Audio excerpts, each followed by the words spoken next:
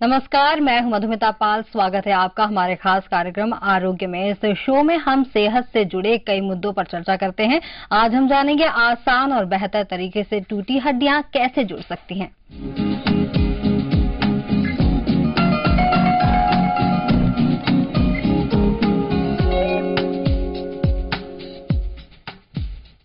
अक्सर हड्डी टूटने पर प्लास्टर का सहारा लिया जाता है। इससे ठीक होने में काफी लंबा वक्त लग जाता है और कई बार चोट इतनी खतरनाक होती है कि वहां पर प्लास्टर के जरिए भी जुड़ने की गारंटी नहीं रहती। ऐसे में हड्डियों को जोड़ने के लिए बायोलॉजिकल फिक्सेशन का तरीका अपनाया जाता है। आखिर क्या है ये मेथड, आइए जानते हैं। अक्सर किसी घटना या दुर्घटना में इंसान की हड्डी टूट जाती है और उस टूटे हड्डी को कुछ दिनों के लिए प्लास्टर कर दिया जाता है। इतने दिनों में हड्डियों के टूटे सिरे से टिश्यू ग्रो होते हैं और आपस में मिलकर जुड़ जाते हैं। आमतौर पर बोन फ्रैक्चर को जोड़ने का ये सबसे आसान तरीका है, पर कई बार चोट इतनी गहरी होती है कि उस हिस्से का ओपन सर्जरी करना आसान नहीं होता।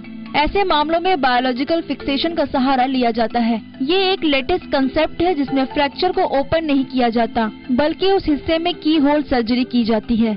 इसमें बोन की ब्लड सप्लाई को डिस्टर्ब नहीं किया जाता, साथ ही चोट वाले हिस्से के नेचुरल एटमॉस्फेयर को भी बरकरार रखा जाता है, जिससे कि टिश्यू ज्यादा डैमेज नहीं होते और चोट जल्दी ठीक हो जाती है।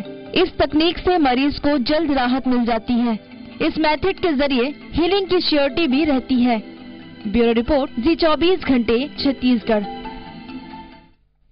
और इस पर बात करने के लिए हमारे साथ मौजूद है मेडिशाइन हॉस्पिटल के हड्डी रोग विशेषज्ञ डॉक्टर सुशील शर्मा। डॉक्टर सुशील शर्मा जी, आपका स्वागत है इस कार्यक्रम में। आज हम बात करने वाले हैं हड्डी रोग के बारे में। हड्डियों में जब टूटन आ जाती है, वो टूट जाती है तो बहुत मुश्किल होती है उसे जोड़ने में, और बायोलॉजिकल जो फिक्सेशन का जो ये मेथड है ये बहुत कारगर है। आखिर ये कैसे आया कॉन्सेप्ट? देखिए, क्या होता है कि अभी तक जो हड्डी का जोड़ने का जो उपचार होता था, प्लास्टर हुआ करता था पुराने समय में, आज भी गोल्ड स्टैंडर्ड है।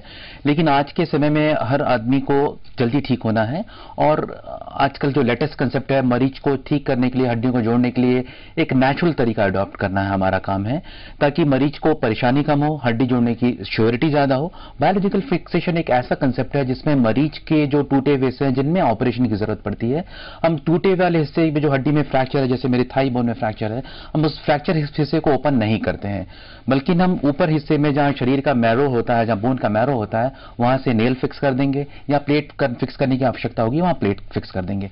एक्चुअली ये कंसेप्ट इसलिए आया कि जो फ्रैक्चर टूटने से अंदर जो हिमेटोमा या ब्लड जमा होता है, उसमें बहुत सारे ऐसे पदार्थ होते हैं जो कि फ्रैक्चर हीलिंग में हेल्प करते हैं।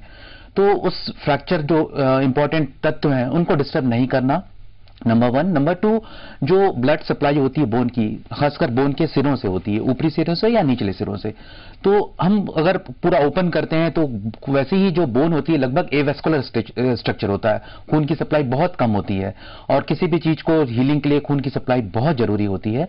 तो हम ऐसा कुछ एक ऐसी विधि लाए कि जिससे कि वो फ्रैक्चर का जो हड्डियों की जो हीलिंग हो वो बहुत फास्ट हो, फ्रैक्चर की जो ब्लड सप्लाई है, जो हड्डी की ब्लड सप्लाई है, वो डिस्टर्ब ना हो। तो without disturbing the natural atmosphere हम उसको फिक्सेशन को बायोलॉजिकल फिक्सेशन बोलते हैं। जैसे biological mean close to normal और ऑलमोस्ट नॉर्मल। तो ये कंसेप्ट आने से फ्रैक्चर हीलिंग बहुत जल्दी होती है। दूसरा, मरीज को परेशानी नहीं होती है, बहुत छोटे से चीज लगते हैं, मिनी होल सर्जरी से, मिनी की होल सर्जरी से उसको सर्जरी हो जाती है और हॉस्पिटल स्टे भी कम हो जाता है। और दूसरा, ऑपरेशन करने से ये फायदा होता है कि जैसे ये मेरे फ्रैक्चर हुआ है, मैं अगर प्लास्टर लगाता हूं तो वो मुझे पूरा ये ज्वाइंट, उसके नीचे का एक ज्वाइंट फिक्स करना पड़ेगा। तो जब 1.5 महीने बाद मैं चल नहीं पाऊंगा, 1.5 महीने बाद मेरा प्लास्टर खुलेगा तो मेरे जॉइंट स्टिफ हो जाएंगे। बायोलॉजिकल फिक्सेशन करने से मेरे को आराम से मैं नेक्स्ट डे से मूवमेंट कर सकता हूं और जैसे मैं हॉस्पिटल से डिस्चार्ज होऊंगा और बहुत जल्दी मेरा चलना चालू हो सकता है। तो ये एक बायोलॉजिकल फिक्सेशन का जो कंसेप्ट है मरीज के लिए बहुत ही फायदेमंद है। तो बिल्कुल, आपको भी अगर हड्डियों से जुड़ी किसी तरह की परेशानियां हो तो आप हमें कॉल कर सकते हैं। स्क्रीन पर जो आपको नंबर दिखाई दे रहे हैं उस पर आप हमें कॉल कर सकते हैं। डॉक्टर साहब, अगर हम बात करें हड्डी की, तो हड्डी में जो फ्रैक्चर होते हैं, कितने प्रकार के फ्रैक्चर देखे जाते हैं? देखिए, प्रकार के क्लासिफिकेशन के बहुत अलग अलग मेथड हैं। जो कॉमनली हम देखते हैं, एक सिंपल फ्रैक्चर हो जिसमें सिर्फ 2 टुकड़े में है और दूसरा कॉम्बिनेटेड फ्रैक्चर हो। कॉम्बिनेटेड फ्रैक्चर मतलब मल्टीपल पीसेस हो जाते हैं। और दूसरा एक सिंपल एंड एक कंपाउंड फ्रैक्चर। कंपाउंड फ्रैक्चर मतलब अगर जो स्किन है या मांसपेशियां हैं वो डैमेज हो जाए और वो टिश्यू जो बोन टिश्यू है वो एक्सपोज हो जाए, तो ऐसे प्रकार के फ्रैक्चर को ट्रीट करना वाकई में डॉक्टर के लिए एक चैलेंजिंग होता है, क्योंकि ऑलरेडी उसका जो ब्लड सप्लाई है वो डिस्टर्ब हो गया, मसल्स हैं वो सॉफ्ट टिश्यू हैं वो डैमेज हो गए। तो इस प्रकार को ट्रीट करने के लिए जो बायोलॉजिकल फिक्सेशन अपन बात कर रहे हैं अत्यंत ही कारगर उपाय है इस प्रकार के फ्रैक्चर को फिक्स करने के लिए। जी, लिगामेंट्स टूटने की भी जो बात होती है, आखिर लिगामेंट्स होता क्या है exactly? देखिए लिगामेंट अगर बात करें तो लिगामेंट जो होता है बोन, एक बोन को दूसरे बोन को जो तंतु जोड़ते हैं एक बोन से दूसरे बोन को, जैसे अगर आप इसको फोकस कर सकें, मेरे पास एक डेमोन्स्ट्रेशन है। ये जो आपको ये तंतु दिख रहे हैं, तंतु जैसे स्ट्रक्चर दिख रहे हैं, this is called the ligament. वैसे ही अपने शरीर के हर हड्डी में जहां पे भी ज्वाइंट हो वहां लिगामेंट्स के द्वारा हड्डी एक दूसरे से जुड़ी रहती है तंतुओं के द्वारा।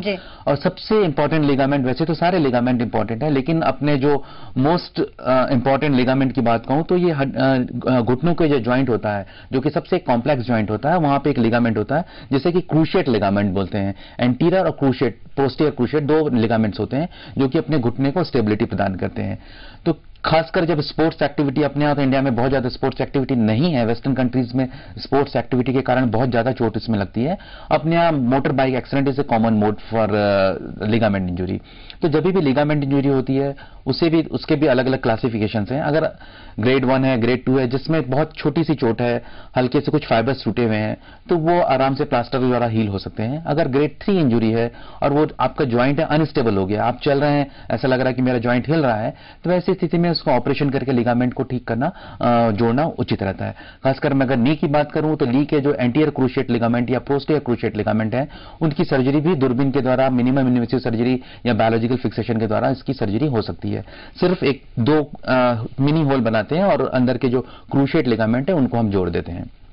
जी, जिस तरीके से सुशील जी हम बात करें, कई बार प्लास्टर जो हम लगाने की बात करते हैं, बॉडी में कई बार ऐसा होता है कि ऐसी जगह चोट लग जाती है जहां पर आप प्लास्टर का यूज नहीं कर पाते, तो उस समय आप क्या कर सकते हैं उन हड्डियों को जोड़ने के लिए?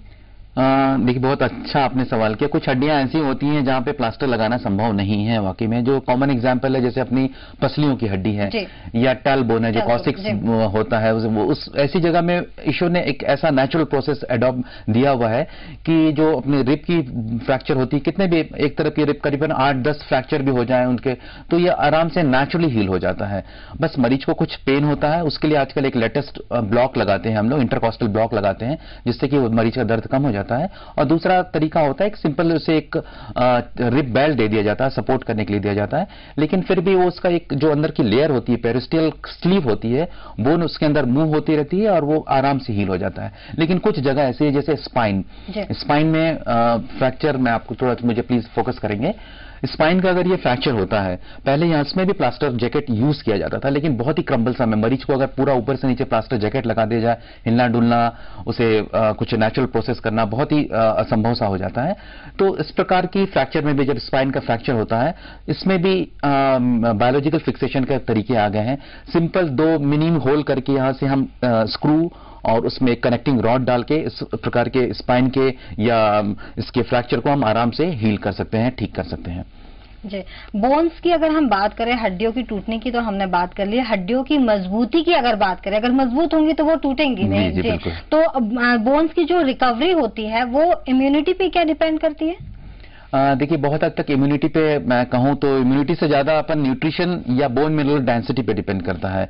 इम्यूनिटी तो एक में अगर फ्रैक्चर हीलिंग में डायरेक्ट इफेक्ट तो नहीं है, वुंड हीलिंग में डायरेक्ट इफेक्ट हो सकता है इम्यूनिटी का, लेकिन फ्रैक्चर हीलिंग के लिए बहुत ज्यादा जरूरी है अपने शरीर में बोन मिनरल डेंसिटी नॉर्मल हो, शरीर में कैल्शियम नॉर्मल हो, विटामिन D3 के कंटेंट नॉर्मल हो, और ये सब चीजों को हमको अगर बैलेंस बनाए रखना है तो बहुत जरूरी है कि हम शुरू से अपना जो अपना डाइट हो, बैलेंस डाइट हो, हमारा एक्सरसाइज प्रॉपर हो। एक्सरसाइज और डाइट ये 2 बहुत इंपॉर्टेंट फैक्टर हैं जो अपनी बोन मिनरल डेंसिटी को नॉर्मल बनाए रखने में हेल्पफुल होते हैं। वो भी एक एज तक, सर्टेन एज तक, से आफ्टर 30 to 35 ईयर्स तक अपनी बॉडी को हम बिल्ड कर सकते हैं, बोन को की हेल्थ को बिल्ड कर सकते हैं। उसके बाद डिग्रेडेशन चालू हो जाता है। तो हम सभी को एक खासकर अर्ली स्टेज में एक प्रॉपर बैलेंस डाइट और एक्सरसाइज करना बहुत जरूरी है, ताकि हमारी बोन की स्वस्थता, मांसपेशियों की जो प्रॉपर जो बैलेंस हो वो बना रहे। और इसमें एक बहुत ही एक जरूरी चीज होती है बैलेंस डाइट और एक्सरसाइज। जी जी, तो आपसे चर्चा जारी रखेंगे। यहाँ पर रुकते हैं एक छोटे से ब्रेक के लिए, ब्रेक के बाद चल लौटते हैं।